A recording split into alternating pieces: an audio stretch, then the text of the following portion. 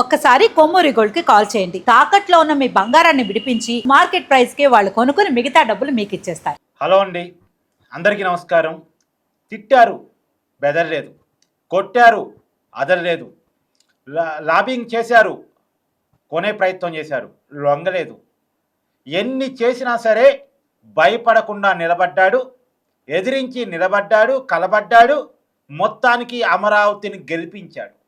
ఇవాళ ఆంధ్రప్రదేశ్ రాజధానిగా అమరావతి ఉంది అంటే కారకుడు ఆయనే. లేకపోతే జగన్మోహన్ రెడ్డి అధికారంలో ఉన్నప్పుడు 3 రాజధానుల బిల్లుని ఆమోదింపజేసుకొని ఇవాళ అమరావతి రాజధాని కాదు అని తేల్చి చెప్పుండేవాడు. ఆ 3 రాజధానుల కాన్సెప్ట్ పట్టాలెక్కకుండా అడ్డుకోగలిగిన వాడు, రాష్ట్రంలో 3 ముక్కలాట జరగకుండా ఆపగలిగిన వాడు అది మండలి చైర్మన్గా జగన్మోహన్ రెడ్డి అధికారంలో ఉన్నప్పుడు పనిచేసిన షరీఫ్ గారు. ఇలా ఆయన చుట్టూ కూడా ప్రశంసల వర్షం కురుస్తూ ఉంది. ఒక్క మొనగాడు అంటూ ఆంధ్రప్రదేశ్ ఆయనకి జిందాబాద్ కొడతా ఉంది. నిజానికి ఆనాడు జగన్మోహన్ రెడ్డికి శాసనసభలో 151 మంది ఎమ్మెల్యేలు ఉన్నారు. జగన్మోహన్ రెడ్డి చెప్పిందే వేదం, చేసిందే చట్టం. కానీ మండలిలో మాత్రం ఆ పరిస్థితి లేదు. మండలిలో టీడీపీ బలం ఎక్కువగా ఉంది. అంతకుముందు చంద్రబాబు నాయుడు గారు అధికారంలో ఉన్నప్పుడు టీడీపీ ఎమ్మెల్సీగా ఉన్నటువంటి షరీఫ్ మండలి చైర్మన్ పదవెక్కారు. నిజానికి మండలి చైర్మన్ పదవెక్కిన తర్వాత రాజకీయాలకు అతీతంగానే ఉండాలి. రాజకీయాలకు అతీతంగానే ఉన్నాడు. కాదు, రాష్ట్రం కోసం నిలబడ్డాడు, రాష్ట్ర రాజధాని కోసం నిలబడ్డాడు, రాష్ట్ర రాజధాని రైతుల కోసం నిలబడ్డాడు, న్యాయం పక్కన నిలబడ్డాడు. ఎంతో భయపెట్టిన, బెదిరించిన ఈ 3 రాజధానుల బిల్లుని ఆమోదింపజేయకుండా దాన్ని సెలెక్ట్ కమిటీకి పంపించి ఆ 3 రాజధానులు అనేటువంటి కాన్సెప్ట్ పట్టాలెక్కకుండా కలిగాడు. సరే, ఆయన గురించి మాట్లాడుకునే ప్రయత్నం చేద్దాం. నాతో ఉన్నారు అమరావతి రాజధాని కోసం ప్రత్యక్షంగా పోరాటం చేసినటువంటి రైతుల తరపున మాట్లాడిన గొంతు, ఈరోజు మనకి ఎనలిస్ట్గా మన మీడియాలో ఉంటున్నటువంటి అంకమరావు గారు. సార్ నమస్కారం. నమస్తే కట్టవారు. సార్, మీరు అమరావతి ఉద్యమంలో ప్రత్యక్షంగా ఉన్నారు కాబట్టి అడుగుతున్నాను. షరీఫ్ గారు ఆ రోజు నిలబడకపోయి ఉంటే ఏమై ఉండేది?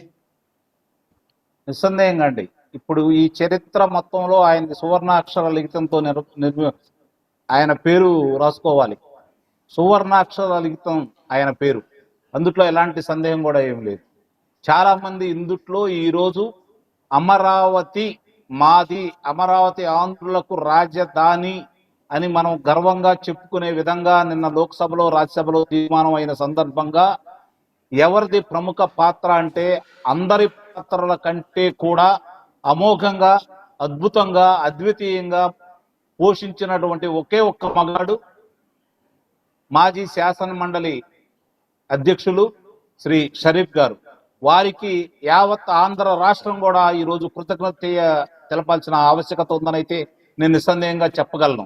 ఎన్నాళ్ళు తనకు జరిగిన అవమానాన్ని, తన భౌతికంగా జరిగిన దాడిని కూడా ఉద్రేకాలు రెచ్చగొట్టకుండా, సమన్వయంతో ఎక్కడా బయటపట్టకుండా నిన్న ఆయన బయటపెట్టిన విషయాలు కనుక మనం గమనించుకుంటా ఉంటే ఎంత ఒత్తిడికి లోనయ్యాడు, వాళ్ళు ఏ విధంగా ప్రలోభాలకు గురి చేశారు, ఏ విధంగా బెదిరించారు, ఇవన్నీ చూసుకుంటున్న తర్వాత నిజంగా ఒక మనిషి, ఆనాటి రాజకీయాల్లో ఉన్నటువంటి వ్యక్తి ఈనాడు రాజకీయాలలో ఉన్న వ్యక్తులతోటి పోల్చలేని పరిస్థితుల్లో ఉన్నప్పుడు స్వతంత్రం కోసం పోరాడి స్వతంత్రం వచ్చిన తర్వాత దేశం కోసం త్యాగాలు చేసినటువంటి ఎందరో మహనీయుల సరసన ఈరోజు నిస్సందేహంగా షరీఫ్ గారు నిలబడ్డారని అయితే నేను భావిస్తున్నాను.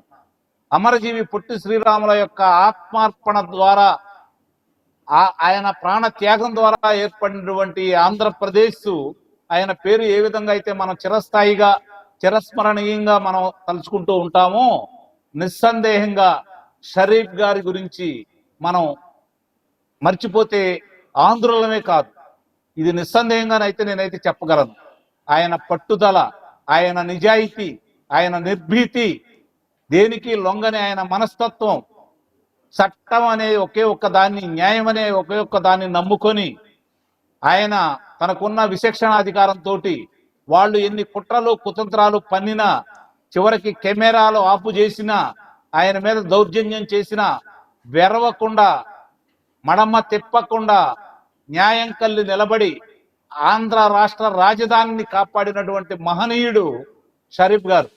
ఆయన ఎన్ని నోట్లతో పొగిడినా కూడా నా పుట్టుకను అవమానించారు, నా మీద అవును. దాడి చేశారు, నన్ను చాలా ఇబ్బంది పెట్టారు. అయితే నిజానికి ఎవరికైనా సరే వాళ్ళ చేతిలో 151 మంది ఎమ్మెల్యేలు ఉన్నారు ఆ రోజుల్లో. ఆ రోజుల్లో జగన్మోహన్ రెడ్డి ఏం చెప్తే అది నడిచింది. మళ్ళీ మళ్ళీ జగన్మోహన్ రెడ్డిది అధికారం అనుకునేటువంటి సిచ్యువేషన్ ఆనాటికి ఉంది. అయినా సరే ఆ నిలబడటం అంటే ఆనాటి పాలకులు నమ్మకుండా ఎలా చూడాలి అసలు? అంత కమిటెడ్ నిజమైన తెలుగుదేశం కార్యకర్త ఏ విధంగా ఉంటాడో షరీఫ్ గారిని చూస్తే నేర్చుకోవాలి. అధిష్టానం కూడా ఇప్పుడు దీన్ని గుర్తుపెట్టుకోవాలి. నిజాయితీకి, పార్టీ మీద అంకిత భావం, రాష్ట్రం మీద ప్రేమ ఉన్న వాళ్ళు ఏ విధంగా ప్రవర్తిస్తారో అలాంటి వ్యక్తుల్ని పదవిలోకి తీసుకుంటే చంద్రబాబు నాయుడు గారు కోరుకున్నట్టుగా 2047 నాటికి ఆంధ్ర రాష్ట్రాన్ని పురోగమన దిశగా ఏ విధంగా తీసుకెళ్లగలరో షరీఫ్ గారే ఉదంతం. ఇక నుంచైనా 124 స్థానాలు వచ్చినటువంటి ఈ కూటమి ఎలాంటి వ్యక్తులకి పదవులు ఇవ్వాలో ఒకసారి ఆలోచించుకోవాలని చెప్పి అయితే నేను మనవి చేస్తున్నాను. ఇప్పుడున్న ఎమ్మెల్యేలు షరీఫ్ గారిని చూసి నేర్చుకోవాలంటారా కమిట్మెంట్ విషయంలో? షరీఫ్ గారిని చూసి నేర్చుకోవాలి, రోజు ఆయన దగ్గరికి వెళ్ళి పాఠాలు చెప్పించుకోవాలి.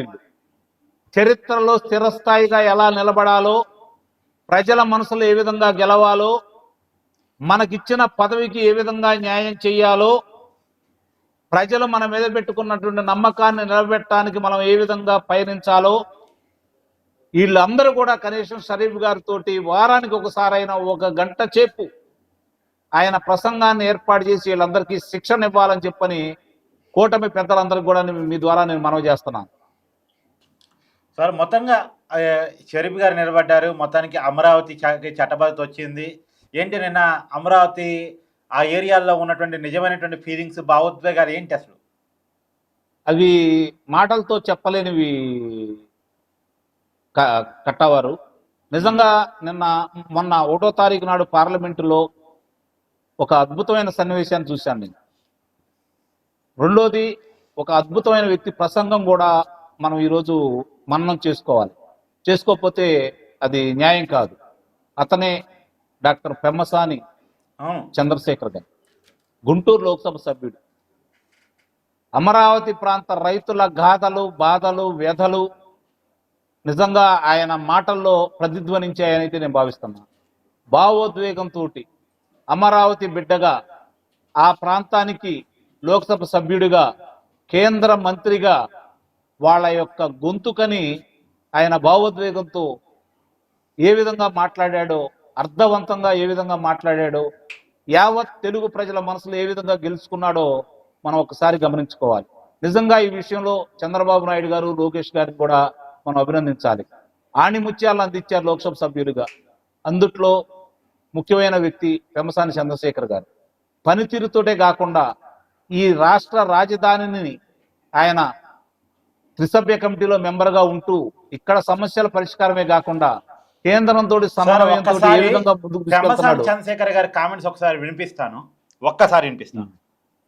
29,000 మంది రైతులకు జరిగినటువంటి అన్యాయం, అవమానం గురించి మాట్లాడాలి సార్. ఆ రైతులని పెయిడ్ ఆర్టిస్టులు అని పిలిచారు సార్. ఈ సభలో ప్రస్తావించలేని వ్యాఖ్యలతో మహిళలను ఇబ్బందులకు గురి చేశారు. వారిని చూసి నవ్వారు. అమరావతిని మర్చిపోమన్నారు.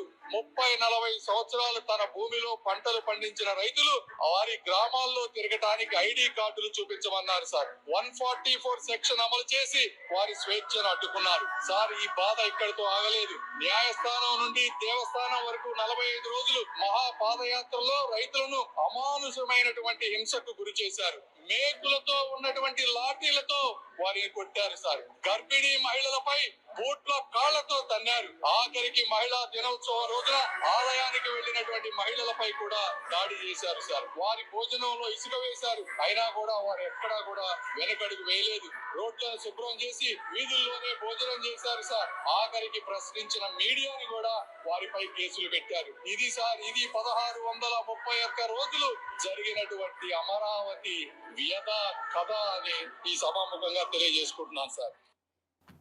విన్నారు కదా ఏం చెప్తారు కట్టవారు. వారి గొంతులో ఆర్ద్రత, ఆ రైతుల పడ్డ వేదన, ఆ రైతుల పడ్డ బాధ, వాళ్ళు చేసిన పోరాటానికి ప్రతిరూపంగా ఈరోజు పెమ్మసాని గారు ప్రపంచానికి తెలియజేశారని అయితే నేను భావిస్తున్నాను. అందుకే నేను చెప్పాను ఆయన గురించి ప్రత్యేకంగా చెప్పుకోవాలని.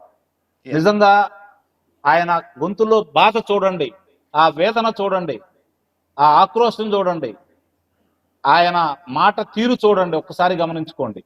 రాజకీయ నాయకులు చాలా రకంగా మాట్లాడుతూ ఉంటారు, కానీ సామాన్య ప్రజల గొంతుగ్గా వినిపించేటప్పుడు వాళ్ళ మాటల్ని ప్రతిధ్వనించేలాగా ఈ రోజు ప్రజలందరికీ చెప్పేటప్పుడు వారిలో భావోద్వేగం ఏ విధంగా ఉండాలో నిన్న ఆయన్ను చూశాను నేను మొన్న.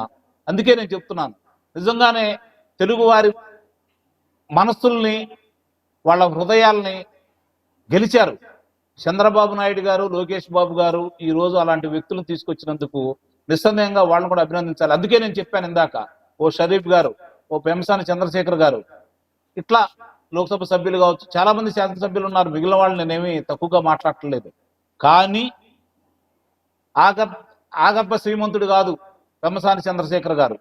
కష్టపడి రూపాయిని ఆయన ఏ విధంగా ధర్మంగా, చట్టబద్ధంగా, న్యాయబద్ధంగా ఆయన ట్యాక్స్ కడుతూ సంపాదించుకొని ఈరోజు అపర కుబేరుడు అయ్యుండి కూడా నా రాష్ట్రం, నా ప్రజలు 2019 తర్వాత జరిగిన అన్యాయాన్ని చూసి తట్టుకోలేక ఆయనకున్నటువంటి ఉజ్వల భవిష్యత్తుని ఉన్నా కూడా, ఈరోజు అందనంత ఎత్తులో ఉన్నా కూడా, ఈ రాష్ట్రం కోసం ఆయన ఇక్కడికి వచ్చి ఆయన పడుతున్న తపన ఇవన్నీ చూసిన తర్వాత ఆయన్ని ఈ విధంగా మనం అభినందించకుండా ఉంటే మనం తెలుగు వాళ్ళమే కాదని నా అభిప్రాయంతో ఈరోజు షరీఫ్ గారి విషయంలో ఆయన కూడా పొందుపరచడం జరిగింది కట్టవారు.